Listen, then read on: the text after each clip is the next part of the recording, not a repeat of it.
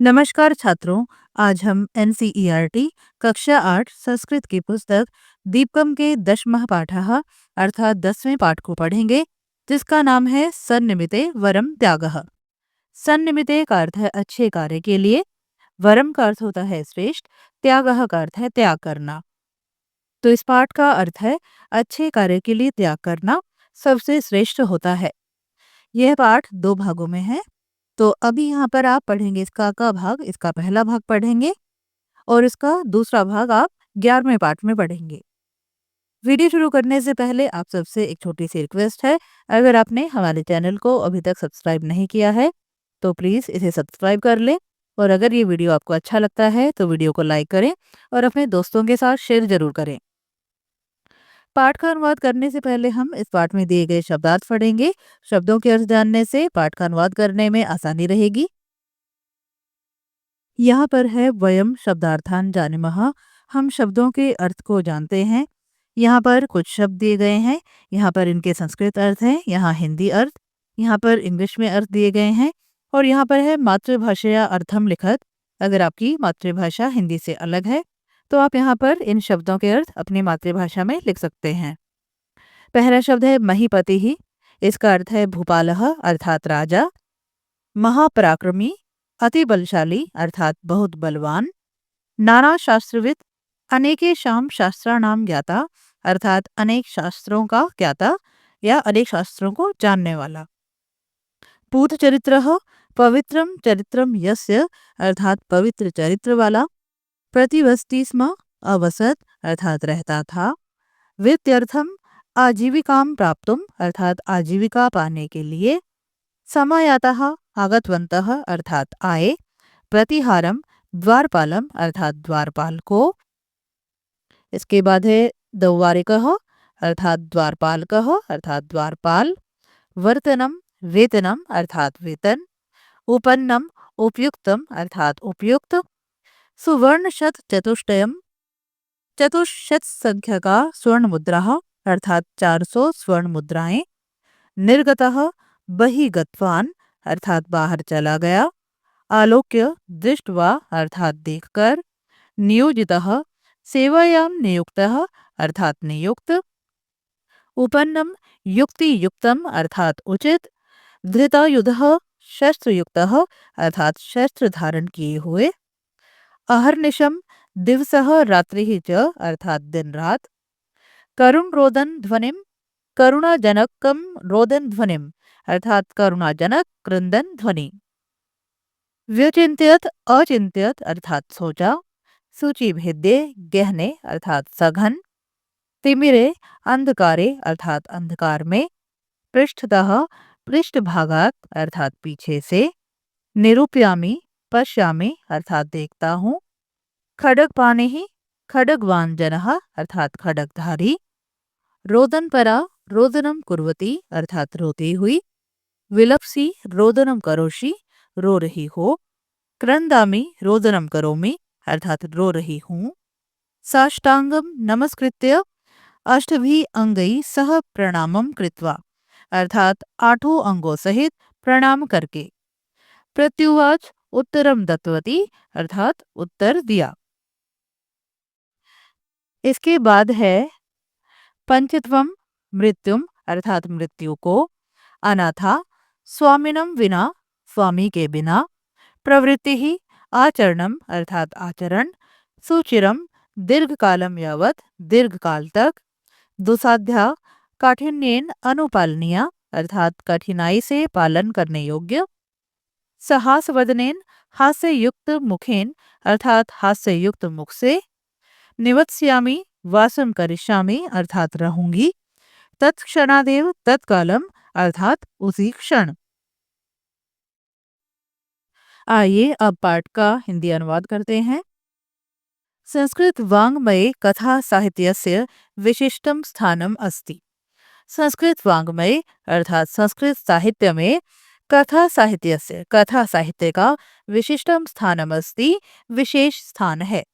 संस्कृत साहित्य में कथा साहित्य का विशेष स्थान है। कथानां द्वारा अतीव मनोरंजकतया जीवन संबद्धा विविधा उपदेशाः प्रेरणा ही एतस्य साहित्यस्य प्रयोजनम। कथानां द्वारा अर्थात कथाओं के द्वारा अतीव मनोरंजकतया अत्यधिक मनोरंजकता से जीवन संबद्ध जीवन से संबंधित विविधा उपदेशः विभिन्न उपदेश प्रेरणा प्रेरणाएं ही एतस्य साहित्यस्य प्रयोजनम इस साहित्य का प्रयोजन है। कथाओं के द्वारा अति मनोरंजकता से जीवन से संबंधित विभिन्न उपदेश और प्रेरणाएं ही इस साहित्य का प्रयोजन है। संस्कृतस्य कथा साहित्यम अत्यंतम समृद्धम वैविध्यपूर्णम च अस्ति। संस्कृतस्य कथा साहित्यम संस्कृत का कथा साहित्य अत्यंतम समृद्धम वैविध्यपूर्णम च अस्ति अत्यंत संपन्न और विविधता से पूर्ण है। संस्कृत का कथा साहित्य अत्यंत संपन्न और विविधता से पूर्ण है। प्रस्तुतः पाठः दिया गया पाठ हितोपदेशः एतस्मात् कथा ग्रंथात् स्वीकृतः। हितोपदेश इस कथा ग्रंथ से लिया गया है। दिया गया पाठ हितोपदेश इस कथा ग्रंथ से लिया गया है। राज्ञः शूद्रकस्य सेवायां नियुक्तस्य राजा शूद्रक की सेवा में नियुक्त कस्यचित् वीरवर नामकस्य किसी वीरवर नामक कर्तव्यनिष्ठस्य राजपुत्रस्य कर्तव्यनिष्ठ राजपुत्र की वैशिष्ट्यस्य वर्णनम विशेषता का वर्णन कथायामत्र वर्तते यह कथा में है। राजा शूद्रक की सेवा में नियुक्त किसी वीरवर नामक कर्तव्यनिष्ठ राजकुमार की विशेषता का वर्णन यहाँ कथा में है। सह राज्ञः राष्ट्रस्य च रक्षणाय वह राजा और देश की रक्षा के लिए स्वप्राणानपि अपने प्राणों को भी अर्पितुम उद्यतः अभवत अर्पित करने के लिए तैयार हो गया था। वह राजा और देश की रक्षा के लिए अपने प्राणों को भी अर्पित करने के लिए तैयार हो गया था। तस्य स्वामी भक्ति ही उसकी स्वामी भक्ति राष्ट्राय समर्पण भाव च और देश के लिए समर्पण का भाव प्रेरणारह प्रेरणा के योग्य है। उसकी स्वामी भक्ति और देश के लिए समर्पण का भाव प्रेरणा योग्य है। अत्र एषः पाठः यहाँ यह पाठ भागद्वय अस्ति दो भागों में है। यहाँ यह पाठ दो भागों में है। पठनीया इयं वीरवर कथा वीरवर की यह कथा पढ़ने योग्य है। अनुकरणीयः अयं वीरवरः यह वीरवर अनुकरण करने योग्य है। आसीत शोभावती नाम काचन नगरी। आसीत थी शोभावती नाम शोभावती नामक काचन नगरी कोई नगरी। शोभावती नामक कोई नगरी थी। तत्र शूद्रको नाम वहाँ शूद्रक नामक महापराक्रमी अत्यंत बलवान नाना शास्त्रविद अनेक शास्त्रों को जानने वाला पूत चरित्र पवित्र चरित्र वाला महीपति ही राजा प्रतिवस्ती स्म रहता था। वहाँ शूद्रक नामक अत्यंत बलवान अनेक शास्त्रों को जानने वाला पवित्र चरित्र वाला राजा रहता था।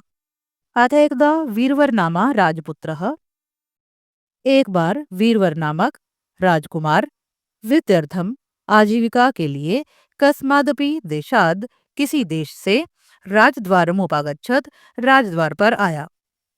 एक बार वीरवर नामक राजकुमार आजीविका के लिए किसी देश से राजद्वार पर आया। तेन सह वेदरता नाम तस्य पत्नी तेन सह उसके साथ वेदरता नामक तस्य पत्नी उसकी पत्नी शक्तिधरो नाम सुतः शक्तिधर नामक पुत्र वीरवती नाम कन्या च समायातः और वीरवती नामक कन्या आए थे। उसके साथ वेदरता नामक उसकी पत्नी शक्तिधर नामक पुत्र और वीरवती नामक कन्या आए थे। वीरवरः अब वीरवर कहता है प्रतिहारम वीक्ष्य द्वारपाल को देखकर भो प्रतिहार हे द्वारपाल वित्यर्थम आगतो राजपुत्रो अस्मि मैं राजकुमार आजीविका के लिए यहाँ पर आया हूँ। तस्मान्य माम स्वामिनः समीपम इसलिए मुझे स्वामी के पास ले चलो। वीरवर कहता है द्वारपाल को देखकर हे द्वारपाल आजीविका के लिए मैं राजकुमार यहाँ आया हूँ इसलिए मुझे स्वामी के पास ले चलो।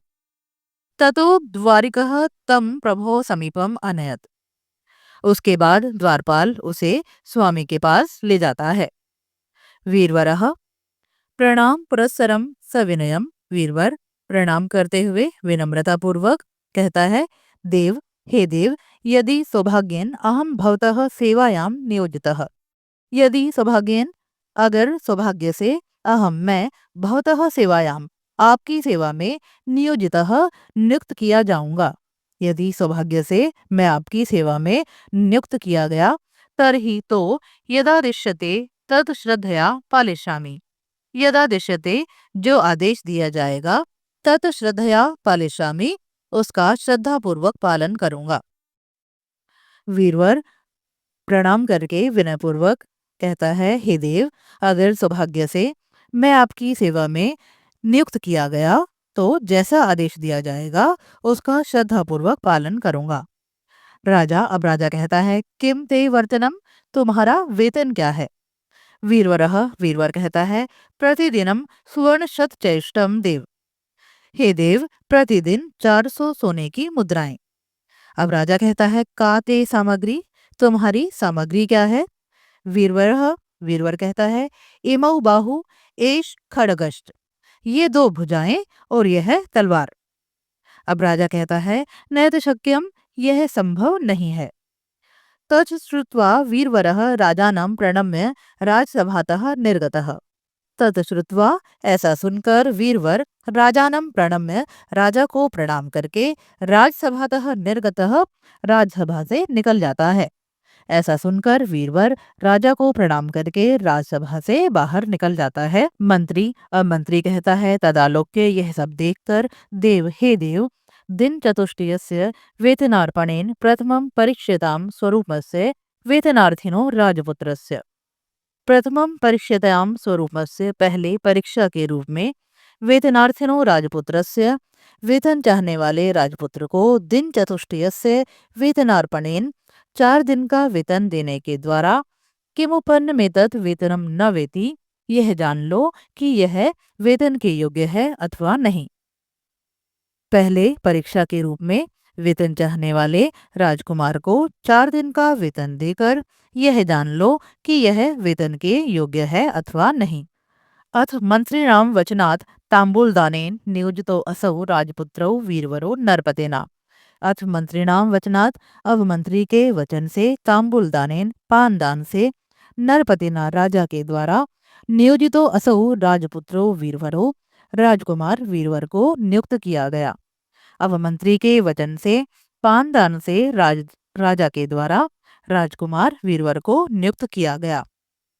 सच राजपुत्रः, और वह राजकुमार, प्रतिदिनम प्रभाते, प्रतिदिन सुबह, राजदर्शनाद अनंतरम, राजा के दर्शन के बाद, स्ववेतनस्य यच्छति देवेभ्य अर्धम, अपने वेतन का आधा भाग देवताओं के लिए देता है। और वह राजकुमार प्रतिदिन सुबह राजा के दर्शन के बाद अपने वेतन का आधा भाग देवताओं के लिए देता है। स्थितस्य चार्धम दरिद्रेभ्यो ददाति, और बचे हुए का आधा भाग गरीबों के लिए देता है। निक्षिपति च तद्वशिष्टम भोज्य विलास व्ययार्थम पतन्यः हस्ते, और बचा हुआ भोजन और विलास के व्यय के लिए पत्नी के हाथों में देता है। ततो, उसके बाद, धृतायुधः, शस्त्रों से युक्त होकर, सह वह, राजद्वारम अहर्निशम सेवते, राजा के द्वार पर दिन रात सेवा करता है। उसके बाद शस्त्रों से युक्त होकर वह राजा के द्वार पर दिन रात सेवा करता है। यदा राजा स्वयं आदिशति तदा याति स्वगृहम।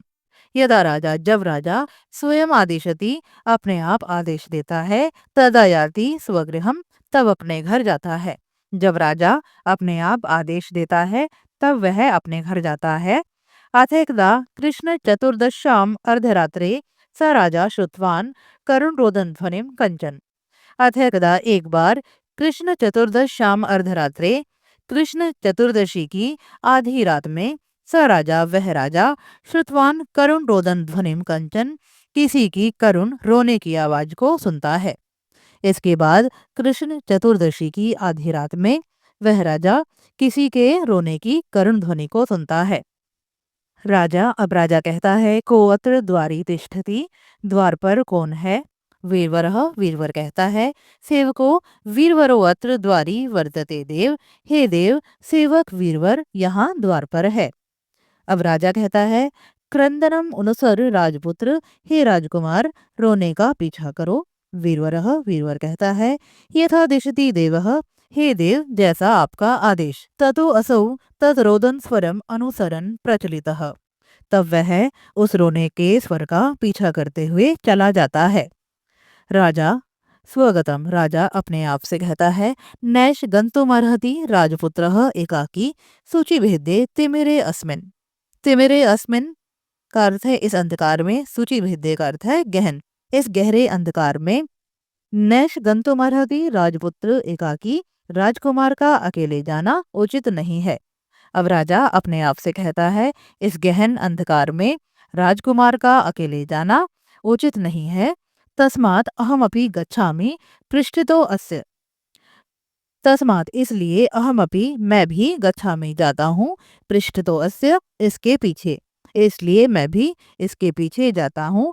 निरूपयामि च किमेतदिति और जानता हूँ कि यह क्या है। ततो नरपतिः खड्गपाणिः तस्य अनुसरण क्रमेण बहि निर्गच्छत नगरी द्वारात्। ततो उसके बाद नरपति राजा खड्गपाणि, खड्ग को अर्थात तलवार को हाथ में लेकर, तस्य अनुसरण क्रमेण बहि निर्गच्छत नगरी द्वारात् उसका पीछा करते हुए नगर के बाहर चला जाता है। उसके बाद राजा तलवार को हाथ में लेकर उसका पीछा करते हुए नगर से बाहर चला जाता है। अथ गच्छता राजपुत्रेण बहि नगरादालोकिता रोदनपरा कापी सुंदरी दिव्याभरण भूषिता। अथ गच्छता अब जाते हुए राजपुत्रेण राजकुमार ने बहि नगराद नगर के बाहर रोदनपरा कापी सुंदरी दिव्याभरण भूषिता दिव्य आभूषणों से सजी हुई किसी सुंदरी को रोते हुए देखा। अब जाते हुए राजकुमार ने नगर के बाहर दिव्य आभूषणों से सजी हुई किसी सुंदरी को रोते हुए देखा। वीरवरः अब वीरवर कहता है, का त्वम अम्ब, हे माता तुम कौन हो, किमर्थम विलपसी तुम क्यों रो रही हो। राजलक्ष्मी ही अब राजलक्ष्मी कहती है, वत्स हे पुत्र, अहम एतस्य भूपालस्य शूद्रकस्य राजलक्ष्मी अस्मि। अहम एतस्य भूपालस्य मैं इस राजा शूद्रकस्य शूद्र की राजलक्ष्मी अस्मि राजलक्ष्मी हूँ। मैं इस राजा शूद्र की राजलक्ष्मी हूँ। चिरम एतस्य भुजच छायायाम सुमहता सुखेन निवसामि। चिरम एतस्य लंबे समय से भुज छायाम इसकी भुजाओं की छाया में सुमहता सुखेन अत्यधिक सुख से निवसामि रहती हूँ। लंबे समय से इसकी भुजाओं की छाया में अत्यधिक सुख से रहती हूँ। सांप्रतम तु दिव्या अपराधेन अद्य प्रभृति तृतीय दिवसे राजा पंचत्वम यास्यति। सांप्रतम तु अब तो दिव्य अपराधीन देवी के अपराध से अद्य प्रभृति आज से लेकर तृतीय दिवसे तीसरे दिन राजा पंचत्वम यास्यति राजा मृत्यु को प्राप्त हो जाएगा। अब तो देवी के अपराध से आज से लेकर तीसरे दिन राजा मृत्यु को प्राप्त हो जाएगा। तदा हम नाथा भविष्यामि तब मैं अनाथ हो जाऊंगी। तद इदानीम नात्र स्थास्यामिति क्रंदामि इसलिए मैं तब वहां नहीं रहूंगी, इसलिए रोती हूँ। वीरवरः अब वीरवर कहता है, तदाकर्ण्य प्रणिपत्य यह सब सुनकर झुकते हुए, भगवती हे भगवती, अस्ति यत्र कश्चिद उपायो क्या कोई उपाय है, येन जिससे भगवत्या पुनरिहि चिरवासो भवति, भगवती फिर से लंबे समय तक यहाँ रहे। क्या कोई उपाय है जिससे भगवती फिर से लंबे समय तक यहाँ रहे। सुचिरम जीवती च स्वामी और स्वामी लंबे समय तक जीवित रहें। राजलक्ष्मी कहती है, अस्ति वत्स है पुत्र, एकैवात्र प्रवृत्ति ही एक ही उपाय है, सा चातीव दुसाध्या और वह अत्यधिक कठिन है। राजलक्ष्मी कहती है पुत्र, एक ही उपाय है लेकिन वह अत्यधिक कठिन है। वीरवरः अब वीरवर कहता है, साष्टांगम नमस्कृत्य साष्टांग प्रणाम करते हुए, अम्ब हे माता कथय कहो, कह सह उपायः दुसाध्यः, वह कठिन उपाय कौन सा है। वीरवर साष्टांग प्रणाम करते हुए कहता है, हे माता कहो वह कठिन उपाय कौन सा है। राजलक्ष्मी ही राजलक्ष्मी कहती है, श्रूयताम पुत्र, हे पुत्र सुनो, यदि त्वया, अगर तुम्हारे द्वारा, स्वस्य सर्वतः प्रियम वस्तु, अपनी सबसे अधिक प्रिय वस्तु, सहास वदनेन हंसते हुए, भगवतई सर्वमंगलाई, भगवती सर्वमंगला के लिए, उपहारः क्रियेत, भेंट की जाए, तदा तब, पुनर्जीविष्यति राजा शूद्र को, तब राजा शूद्रक फिर से वर्षाणाम शतम 100 वर्षों तक जीवित रहेगा। अहम च सुखेन निवत्स्यामि, और मैं भी सुख से यहाँ रहूंगी। अगर तुम्हारे द्वारा अपनी सबसे प्रिय वस्तु हंसते हुए भगवती सर्वमंगला के लिए भेंट की जाए, तब राजा शूद्रक 100 वर्षों तक फिर से जीवित रहेगा और मैं भी सुख से यहाँ निवास करूंगी। ततः सा तत्क्षणादेव गता अदृश्यताम तत्सम्मुखात्, ततः सा, उसके बाद वह, तत्क्षणादेव, उसी पल, गता अदृश्यताम, तत्सम्मुखात्, उसके सामने से अदृश्य हो गई। तब वह उसी पल उसके सामने से अदृश्य हो गई। तो छात्रों, ये था आपके पाठ 10 का हिंदी अनुवाद। इस पाठ का अगला भाग हम पाठ 11 में पढ़ेंगे। वीडियो देखने के लिए आप सभी का बहुत धन्यवाद। मिलते हैं अगली वीडियो में, तब तक के लिए आप सभी को नमस्कार।